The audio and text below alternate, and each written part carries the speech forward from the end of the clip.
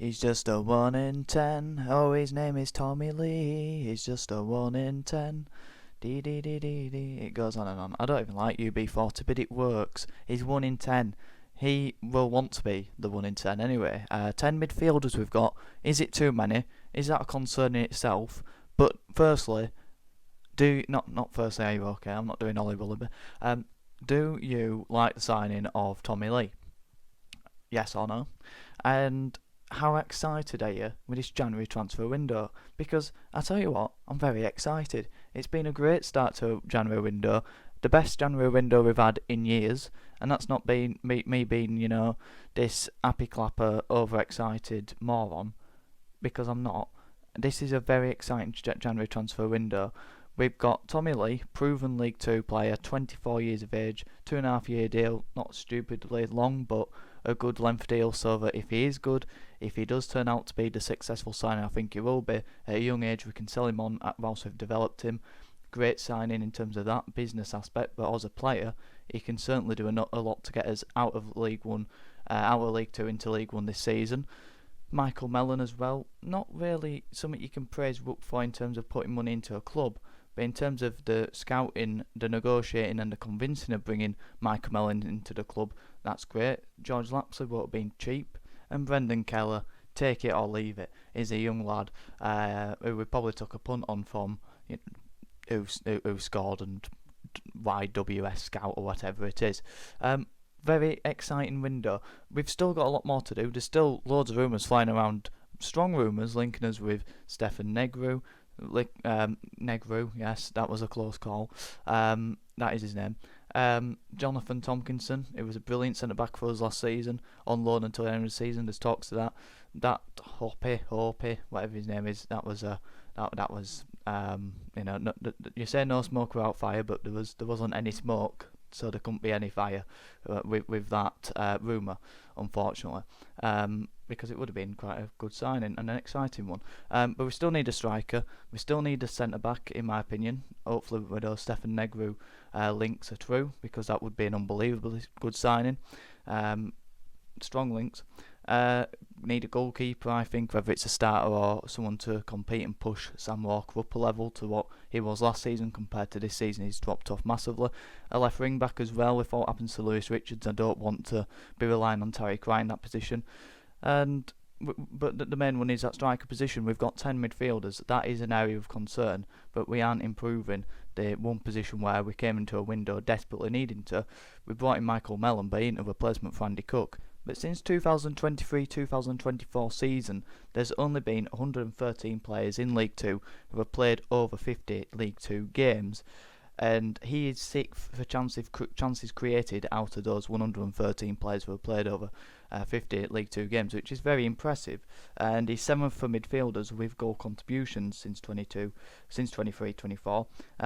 He got, in terms of his career, sort of beginning at Accrington at quite a young age, 21-22 the season, they got relegated into League Two. He got 6 goals and 2 assists in 24 League One games, which is pretty good for a first. Well, it's brilliant for a first season. Dropped down to League Two. You probably think he'd up it a bit, but he only got 1 extra goal with 7 goals and 2 assists for his first League Two season. Obviously played a lot more games as well.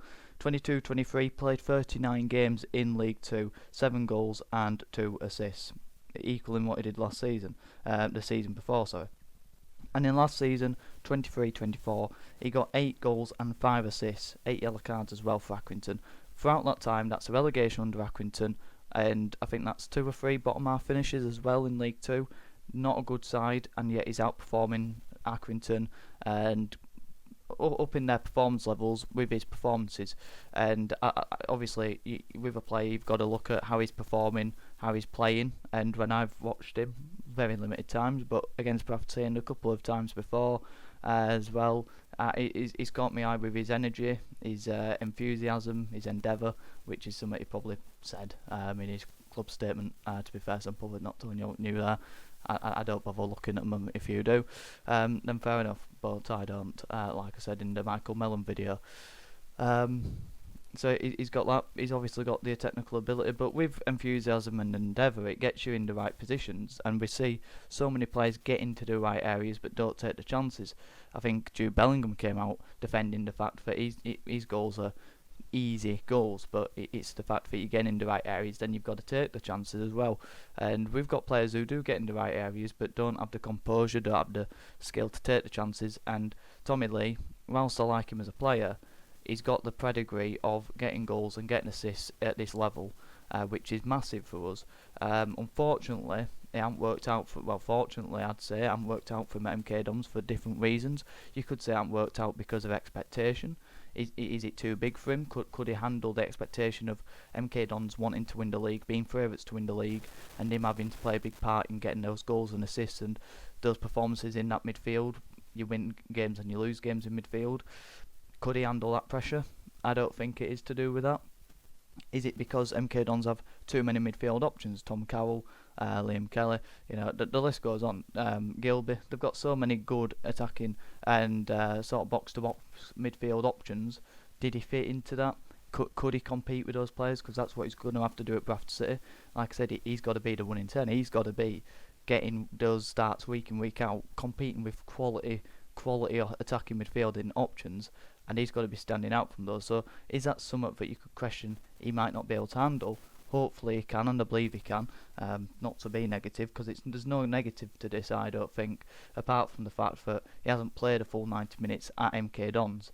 So something clearly went on there. And MK Dons fans, the very limited few that they do have, I don't think they really have many, because even the MK Dons fans, the ones that turn up, they tend to actually support someone else anyway. But that's MK Dons for you.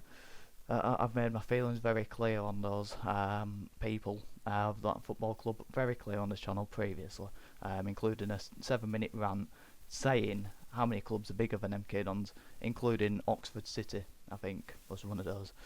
So yeah, that is my history of MK Dons. But I forgot what I was saying about them. Oh yeah, the very few limited fans didn't take a shine to Tommy Leigh, because I think George Baldock, when he sadly passed away at the age of 31, which was a real tragedy.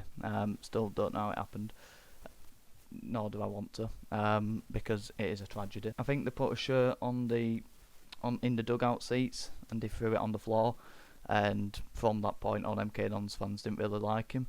But like I said, didn't complete 90 minutes, only played 12 games. I think he got 1 goal. Not sure about assists. It didn't go well for him at MK Dons, and like I said, it could be many reasons: style of play, managers, systems, environment, the people who work in the building, not just the manager. Everything takes into account, and it might have just not worked out for him. Could you say he were more comfortable at Accrington? So there's many different reasons and factors why it can't go right moving clubs where there's expectations. But I don't think that's going to be a problem here, because I think the system suits him. I think in terms of the energy that you need to have in a Graham Alexander team, the way we play, I think, MK Dons, they play, one-touch passing play, and it can be quite negative in the fact that they don't really want to allow any flair from players. I've watched them quite a lot this season, unfortunately, and it's one-touch passing play. I like Liam Lindsay, or Scott Lindsay. I do like him, but there's no real flair, there's no real trickery, there's no 5 dribbles at a player and taking him on and getting round your man. There's none of that, and I think he's an all-action type of player. So one touch, passing the ball backwards and sideways, probably doesn't suit him, and that's why he probably wanting Scott Lindsay's plans. And I think he's definitely an Alexander type player, and I think he'll 100% suit us, and I think he'll 100% be a success for us. Like I say, I want us to make these signings more proven players, young players, players for a fee, and players who we can develop, and players who can push us on to the next level when we're playing at a good level. And with Tommy Leigh, the exciting bit about this is ours for 2.5 years, probably going to be less, because he's going to do well, because I know the type of player he can be, and if it goes well, we're profiting. And we should be making more deals like this as a football club and being more front-footed like we are. But there's still a lot of business to be done in January. That's why I don't really agree with the full-on praise of Rupp, Sparks and Sharp. praise them, yes, but don't hammer it in too much, because there's still a lot of business still to be done. So I'd give him a 9 out of 10, because I've been very positive, and like I say, I can't find many negatives about it, apart from it being another midfielder. I've spoke about it. He's got to be the 1 in 10. There's 9 others competing with him to be playing week in, week out in his position. We're probably going to bring in another 3. That's how ridiculous it is. It's like going into your fridge, right? You've got all the salad options. You've got lettuce, cucumber. You've got McGherkins, if that tickles your boat, rocks your boat. You can't really tickle a boat, you won't feel it. Anything, name a salad, pick a salad, you name it, it's in there. It's in your fridge to go on your sandwich. You've got cheese, you've got a bit of meat in there, maybe ham, pepperoni, whatever you want. It's all there for a sandwich. You can have the best sandwich you can imagine. It's going to be the best sandwich you could make. But that's all you've got. It comes to breakfast, you can't eat it all. You've got cheese, just a bowl of cheese. Then again, you could have toast because obviously the bread. So forget breakfast, because the defence is actually decent. To be fair, the back line is decent. There's some good options back there. Shepherd, Huntington, there's some good options, but it's not the best. Toast, take it or leave it with cheese, because like I said, there's no jam or butter. So take it or leave that. And then the striking options, tea. You've got nothing for tea. It is a sandwich. You're limited to a sandwich for tea, and that's the problem. We need to go out and bring in some potatoes. We need to stock in on potatoes, because you can make chips with potatoes, roast potatoes, and a bit of beef that you're putting on your sandwich. It could be a really lovely tea, but we're just lacking some potatoes to just make it a nice rounded team. So go and bring in some potatoes, and we'll talk from there at how this window's doing. But at the minute, I'm very excited because Bradford City could finally be delivering in the January transfer window. So let me know your thoughts in the comments down below. Like the video if you did, subscribe if you're new. We're on the road to 800 subscribers. All the support has been massively appreciated recently. If you didn't watch yesterday's video on De Jong debacle, it would be massively appreciated if you do. If you've got nothing to do with your Sunday and Saturday night, like I say, all the support is massively appreciated. So have a good one.